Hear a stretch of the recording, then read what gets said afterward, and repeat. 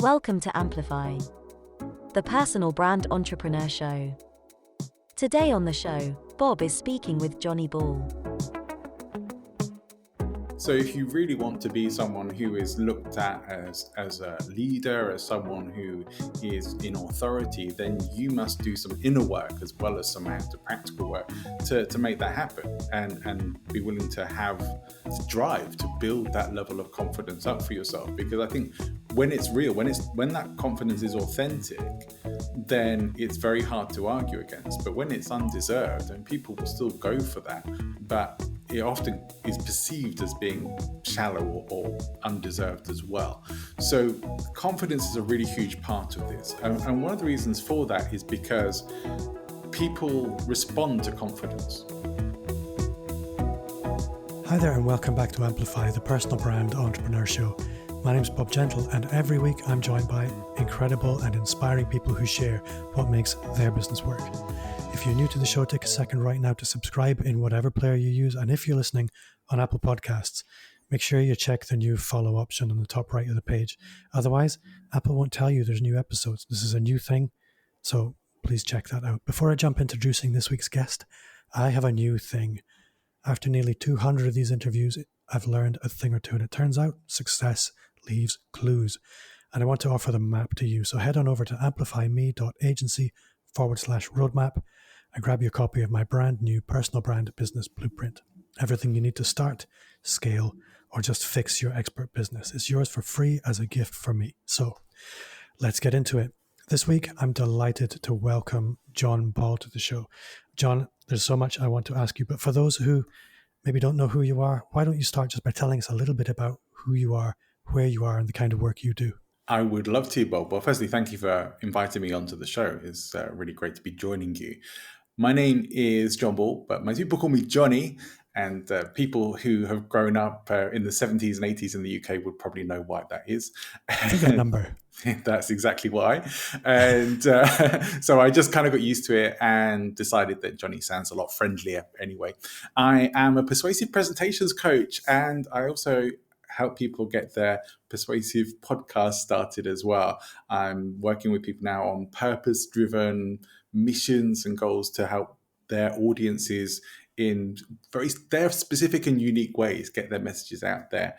And that's in podcasting and in life as well. And I help business owners particularly, and coaches, speakers, entrepreneurs become more persuasive on whatever platform they're using, both in life and in business, through a mixture of understanding the tools and weapons of influence and persuasion and various other tools and techniques that I have learned and picked up along the way.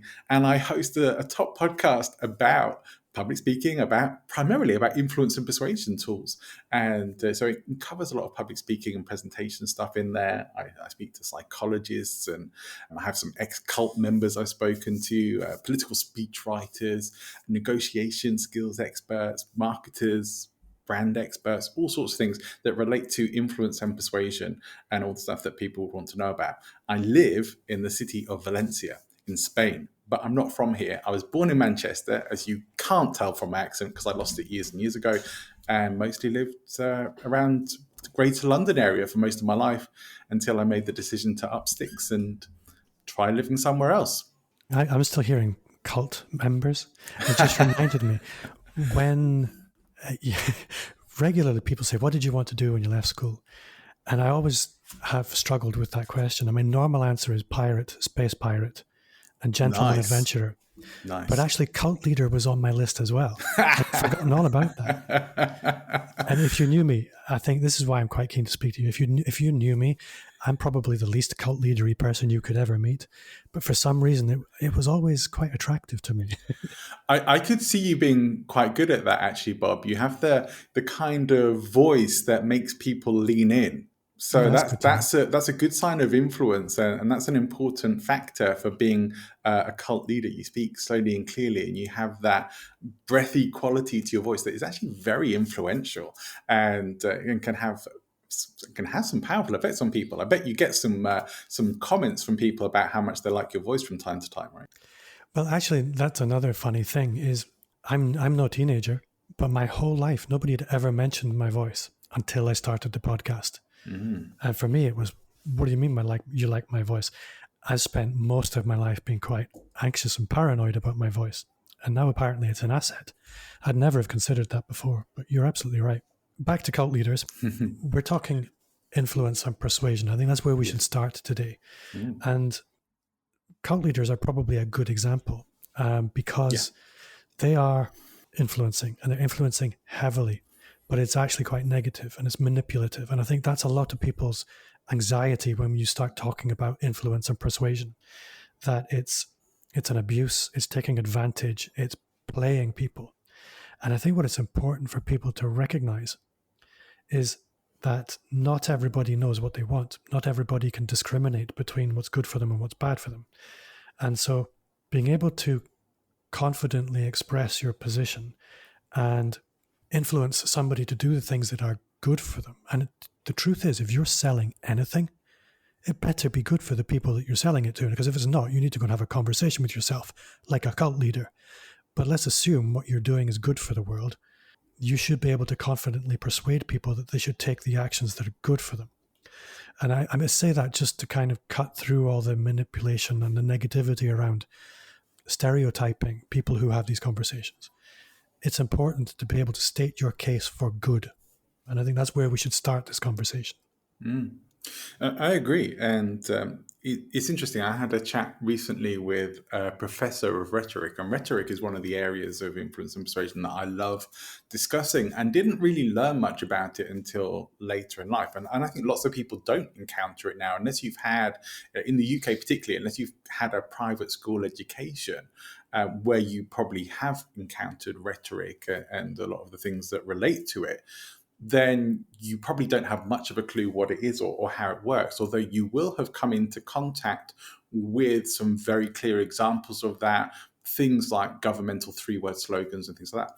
But what's interesting is that when it comes to rhetoric, these are tools of influence and persuasion that we have been aware of for centuries, like from the times of the ancient Greek philosophers, really, from Plato, from Aristotle. In fact, Aristotle's work on rhetoric is still considered the seminal work today. He was one of the first people to really stop and study what made people influential, what made a difference when people were speaking and presenting.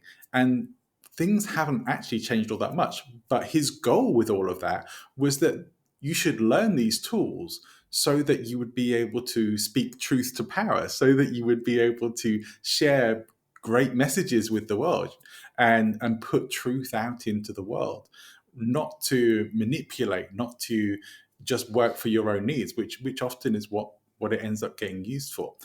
Whilst there are some elements of that in the world of cults really are much more emotional based, although a lot of rhetoric does rely on that. A lot of rhetoric is linguistically based, but cult control and things like that primarily targets emotions.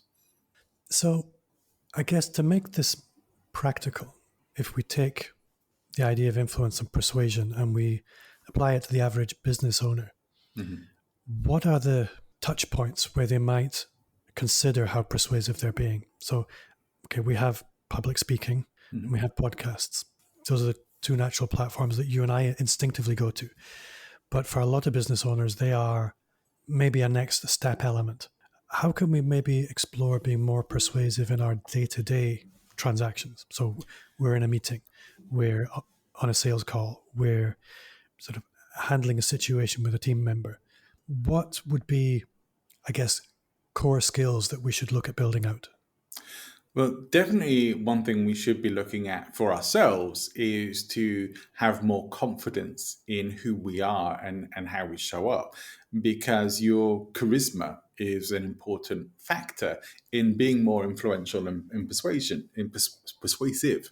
So if you really want to be someone who is looked at as a leader, as someone who is in authority, then you must do some inner work as well as some outer practical work to make that happen, and be willing to have the drive to build that level of confidence up for yourself. Because I think when it's real, when that confidence is authentic, then it's very hard to argue against. But when it's undeserved, and people will still go for that, but it often is perceived as being shallow or undeserved as well.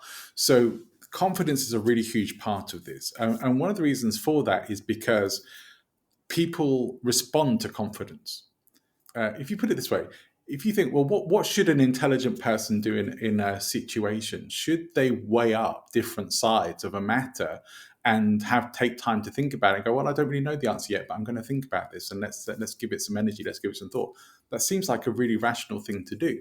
And yet we're much more attracted to the person who says, well, here's what to do. Let's just do this. And straight away with the confidence of this is exactly what we need to do, whether it's right or wrong.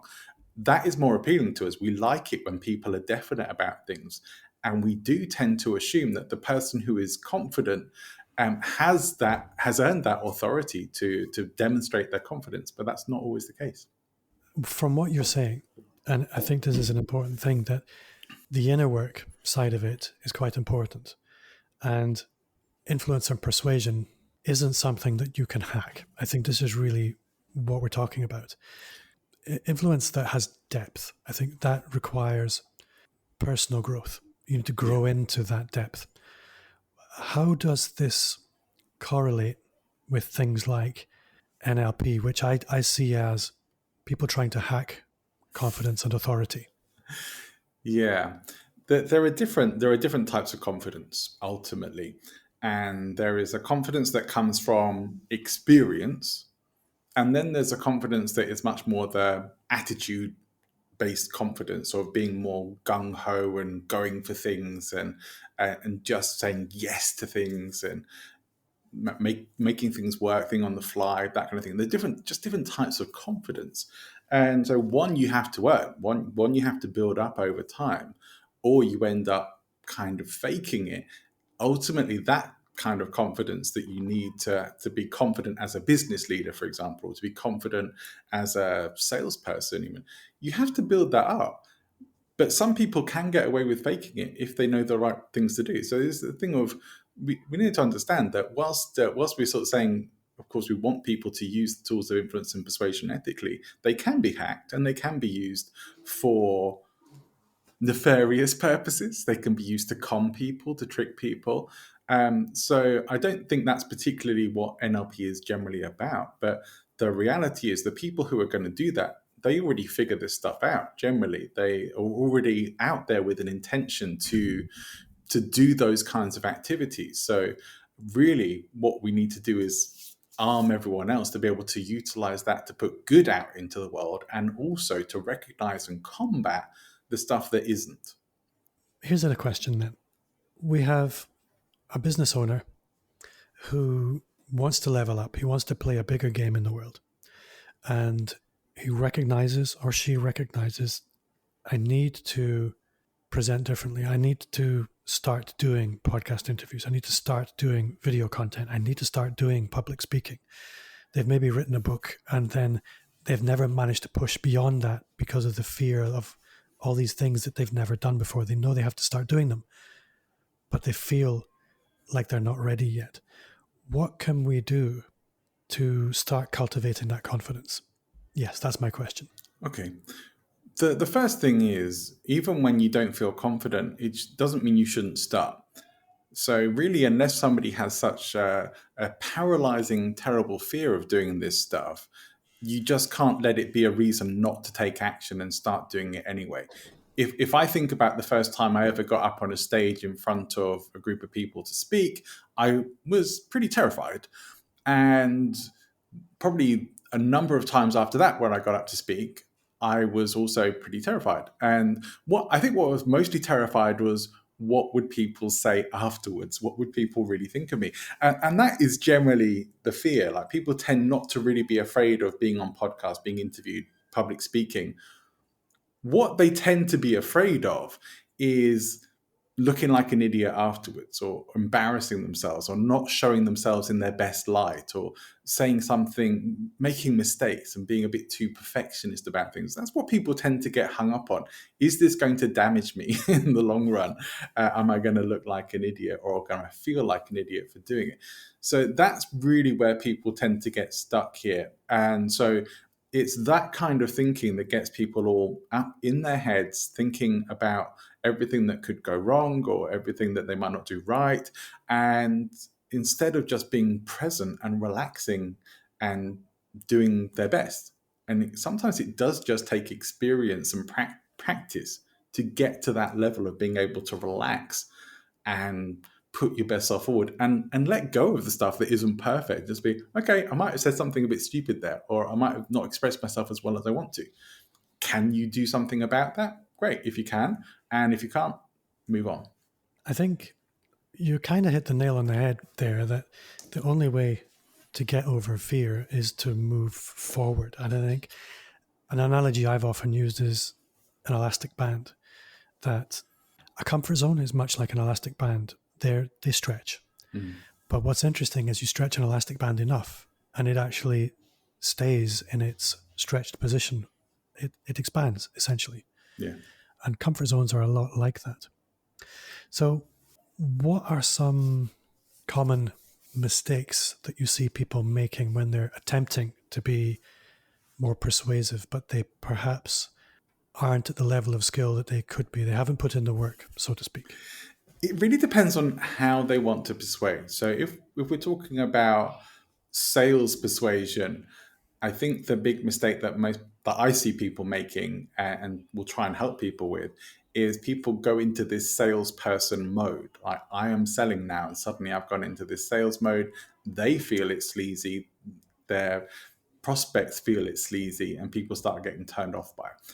That's often what seems to happen. People move out of this, I'm wanting to help, have a great product, have a great service, and suddenly think, I have to sell you this now. Well, if you've done your job, you don't have to sell anything. So that is a big mistake that people make. But another one is really just being too uptight about things. And maybe this is a particularly common English trait, and I will put this down to England more than other parts of the UK and the world.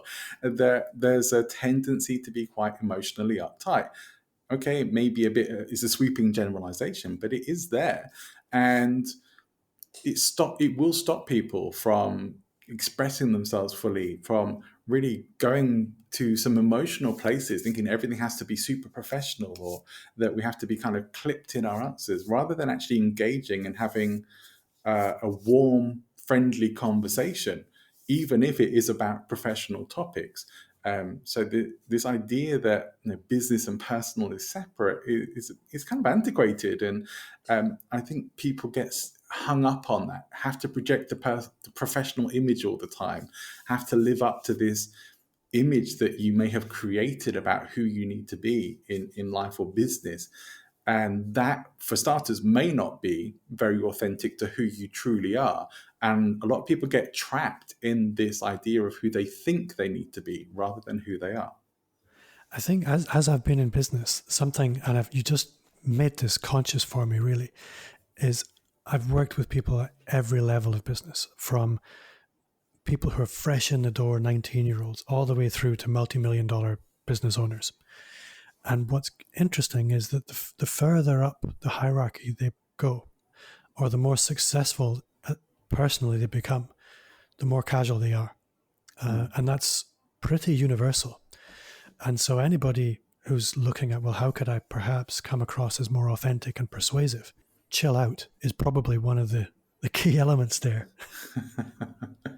Yeah. Interestingly, Bob, you know that I used to be a flight attendant with a very well-known certain British airline, and I worked in first class a lot of the time as well whilst I was there. And you would see that difference even in that environment, that most people who were traveling first class, unless they were there like for a one-off experience, most of them were regular first class flyers, and they were all just really relaxed about everything. And you think, well, doesn't everything have to be absolutely super perfect up there? No, really, that never mattered. It actually that sort of thing seemed to matter much more in business class than in first class. And I guess that attitude spreads to other parts of life as well. When you've made it, you don't have to keep trying to make it anymore. Yeah. Let's talk about podcasting then specifically, because that's an area of focus for you. And I think for a lot of people, it should be an area of focus for you, because for me, podcasting has been life-changing. There's no two ways that I could really put that as a host, and certainly more recently being quite intentional about being a guest and bringing as much value as I can into other people's audiences. And that has led to opportunities that I couldn't even begin to describe. Yeah. Additionally, it's had an impact on the circle of people that I know. I feel crass calling it contacts or network because it goes way beyond that. These are friends, and friends help friends, as you know. And obviously, my business now revolves around that. But if anybody is looking at building their confidence and breaking into public speaking and having a greater impact, I don't think there's anything more accessible and potentially powerful for you than podcasting. And that's really where you put a lot of emphasis now, is helping people make that transition into becoming podcasters and podcast guests. Yeah, absolutely. So what advice would you have for anybody that's thinking, A, oh, I don't think I could do that, or B, you know what, I think I should maybe do that? There are many different types of podcasts, and I have maybe more than one answer for this, but the kinds of people who I am working with in terms of getting their podcasts out there, started, giving them the launch plans and getting things working and running smoothly, are more people who have a message, who have a purpose, who feel that they have a mission to be out in the world. They're making a difference and making things better. And those are the people who I want to help, because right now, we are still in a situation where some live stuff is coming back, but some isn't, and still things are very uncertain. So virtual events and podcasts are still big and still very in demand. All of the speaking requests that I get and the opportunities I get at the moment are virtual. And I'm okay with it. I love doing it, although I miss travel a little bit, but not so much. I don't feel quite ready to do that myself. But this is where there's an opportunity right now. And it's not going to go away, because with the pandemic and everything, more and more people have switched to these kinds of things. Online education is growing, and podcasting is a very big part of the online educational world that is very inexpensive to start and do, and really only demands some time and energy into putting a show together. But for people who have a message that they want to share, for people who actually want to stand out in their industry, podcasting can be a very powerful way to do that. And so I think it's great actually to have both. Why not have both? If you can start a podcast that is very much about you getting the opportunity to showcase what you know and what you talk about, and bring in other experts and people who would be interesting for you to talk with, not only are you going to start rubbing shoulders and making great friends with top experts and being more associated with the leading people in your industry, but you are going to be seen in that light as well, not just by association, but because people will think about you in relation to your podcast and the kinds of things that you talk about. So it does set you out as a speaker, as someone who's likely to get invited for opportunities that relate to the area that you're podcasting about. If you really want to be known, then getting on other people's podcasts as a guest that are relevant to the kinds of audiences that you would want to be attracting is going to be much more powerful for you in terms of being known. You can become pod famous now. And so it requires work. It requires some effort and energy, but it's still going to be a lot more achievable than trying to regularly get yourself on TV. Although, I would say if you could do both. But podcasting has huge opportunities for really standing out as a thought leader, as an expert in what you do. But the other side of that is you have to bring the goods. If you're faking it, if you don't really have the goods, you're not going to last very long. I think that's absolutely true. And I think that's why it's important to pick your podcasts. Yeah. And it's also additionally important to know what you want to be known for. Again, this was a problem for me for a long time, that I didn't really know what my area of focus was. And then I decided to focus on the expert business, the personal brand entrepreneur, because that was where I felt called There's nothing lights me up more than seeing somebody unlock their potential and build a business around it. But I guess you don't have to know exactly what your thing is today. Just pick something. Let's take a lawyer as an example. I'm going to roll the dice here and take a chance that we have a lawyer listening and he's thinking, what could I possibly podcast about? And how could that possibly make any kind of contribution to my business? What kind of response might you offer them? I have a few ideas. Ultimately, it depends on if they want to do this for professional purposes or not. And the chances are that they will. Then I would say that there is no niche too small with this. Having a podcast that may be about one particular aspect of the law. There are one of the most successful brands of podcasts right now is true crime stuff. So if you do criminal law and you think that could be a great area to speak about, and you could actually highlight and illustrate cases, true crime podcasts are very, very popular. That would be a great area to go into. However, if you're in, I don't know, tort law or equity and trust law and stuff like that, I did law at university, and equity and trust law would put me to sleep.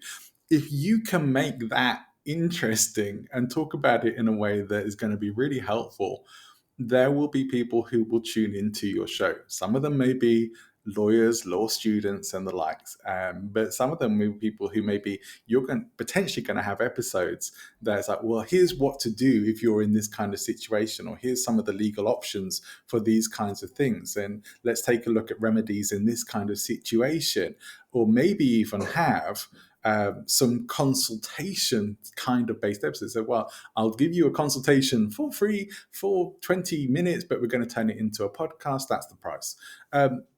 That is stuff that people would tune into and could be very, very powerful for establishing you as a leader, really, because I doubt that many other people are doing it. That kind of brings me to the monetization side of things, because when people think about podcasting and generating revenue through a podcast, they automatically think ad revenue. The truth is that's a marginal element for most podcasters. Sure. If we take the example of the lawyer, yes, it might attract some clients, but it's going to attract all kinds of other opportunities. It's very likely going to attract speaking opportunities. Yeah. It's likely going to attract panelist opportunities, potentially on television or radio. It's also potentially going to attract training opportunities. There's all kinds of opportunities that can come out of being a podcast guest or a podcast host. Yeah. What are some of the strangest ways you've heard of people monetizing a podcast? There are multiple ways to do it now. And you're right, ad revenue was the one that everyone was focused on that for the longest time because that was the primary way. I don't think it is now, unless you have a 10,000 plus regular downloads for every episode sort of thing, then I wouldn't even bother looking at ad revenue, to be honest. So affiliate marketing, it makes the most sense. If you have products and services that are going to be relevant to your audience that may not be in direct competition with you, then run some ads on your show. Ads for other shows. Do ad swaps with other people. Grow your own show. Grow your own brand.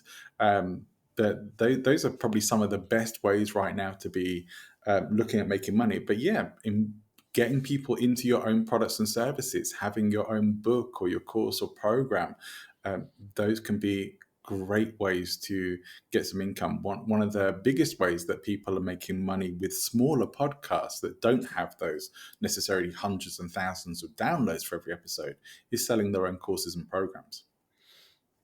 And I think this is something that a lot of people don't consider when they don't have an audience, is they don't imagine necessarily what life would be like with an audience, because with audiences come opportunities. And until you have some kind of audience, you won't understand what those opportunities could be. So what it's important for anybody listening to understand is focus on building the audience, serve that audience, and then they'll tell you what they want and they'll bring you the opportunities to monetize. I think that's probably the most important lesson for me. Yeah. And don't let not having a complete plan or a complete vision hold you up. Just sort of start moving and you'll learn as you roll. I think one thing that I will say with this is, a lot of people are very unsure about, do they really want to have their own podcast? And that's why I think people should actually start with guesting on other people's podcasts before they start their own. So you start to get a feel for it. You'll start getting connected with people, and that should give you some idea about whether you actually do want to have your own podcast or not. And you're going to get that experience. So I don't think it's essential that everyone does have their own show. But if you're not sure about it, start trying out some guesting on other people's shows, and you're going to start getting the benefits of podcasts for starters there. But then you can see a bit later on if you actually would like to have your own show as well, because podcasting is a long game, for most people. Unless you already have a big following or you're already quite well known, then it takes quite a while and quite a lot of energy. Building an audience is hard. But totally worth it. I mean, Yeah. It's hard, but I don't think there's anything more productive that anybody could do for their career. If people want to connect with you, if anybody's listening thinking, I need to be a bit more effective in my presentation style, be that on a podcast or on a stage or in any situation where you have to communicate, or they're thinking, oh yeah, I think I need to do something about podcasting, take those first steps, what action would you like them to take? I would like them to get in touch with me. I mean, it's whether you want to be a little bit more influential or persuasive or a lot more, then there's a lot you can do, and there's a lot I can help with, especially if you are someone who needs to be up in front of people speaking and presenting in any capacity in your professional life. Then there's a lot you can do to make sure that you can turn that up to make it fully advantageous for you and have you standing out as an excellent leader. So get in touch with me. Visit my website, presentinfluence.com. You can take the quiz there to find out how persuasive you are. And I have other resources as well. Get in touch with me on LinkedIn, send me a message, and you can check out some of the courses on my website as well if you're interested in signing up for a course or a program. And I'd love to hear from you. Let's see how I can help you. Johnny, I've just remembered what I was going to say. Okay. And this, for the listener, is important. You know what's interesting? Is when I go on other people's podcasts, people contact me and say, I really enjoyed that. When people listen to my podcast, they don't say a thing. So if you're listening to this podcast and you're thinking, oh, I've been thinking I should let Bob know I listen from time to time, just do it. You won't believe how much I would appreciate that. I think that's something that's common with a lot of podcasters, is their audiences often are very quiet. Yeah. And we would always, as podcasters, love to hear back from our audience, because we want to know what people want. And what do you like? What do you want? We have to base it on stats. Otherwise, we're just basing it on which episodes are people downloading the most and have got the best feedback. Or maybe there are some episodes where you might occasionally get a review, but actually getting audience interaction is tough. Yeah. Johnny, you have been great fun. I have one question I'm going to ask you, which I ask every guest at the end of the interview. Normally, I give them some warning. The listener doesn't know this, but I do. I've forgotten to give you warning. So, what's one thing you do now that you wish you'd started 5 years ago? Oh boy, yeah, I do And wish I had some warning for that. I'll cut out the silence, so you just take some time. I do wish I had some warning for that. One thing I do now that I didn't do 5 years ago. Well, I'll tell you what, actually, the one thing that's on my mind is what I'm doing right now. Earlier this year, I invested in a stand-up desk, and it has made the world of difference to me. I am no longer sat down all day. If I have to do writing, which I do sometimes do for content creation, I have another desk that I go and sit at. But for stuff like this, where I find my energy is better for speaking and presenting when I'm standing up, and I don't like this whole thing of being sat down all day. So health-wise, I think it's massively better. So I would mix that, actually, because the other thing it makes me think of is the ketogenic diet that I do. So the mixture of ketogenic diet, intermittent fasting, and having a stand-up desk, there's a few other things around that as well. They've made all the difference to my brain clarity, to my energy, to not feeling exhausted at the end of the day and not feeling like I'm sort of gradually running myself down by being sat down all day. Those are things that I wish I'd started sooner. That's a great answer. And you know what's funny? I have one of these robotic standing desks that goes up and down, and I'm sitting down when I should be standing up just now. There you go. I do all my podcasting standing up. I probably should. Johnny Ball, you've been an awesome guest. I've really enjoyed myself. Thank you so much for your time. I look forward to speaking to you again, hopefully really soon. Me too, Bob. I've enjoyed it. Before I go, just a quick reminder to subscribe and join our Facebook group. You'll find a link in the show notes or visit amplifyme.fm/insiders. Also connect with me wherever you hang out. You'll find me on all the social platforms at Bob Gentle. If you enjoyed the show, then I would love a 5-star review on Apple Podcasts. It would make my day. And if you shared the show with a friend, you would literally make my golden list. My name's Bob Gentle. Thanks to you for listening, and I'll see you next week.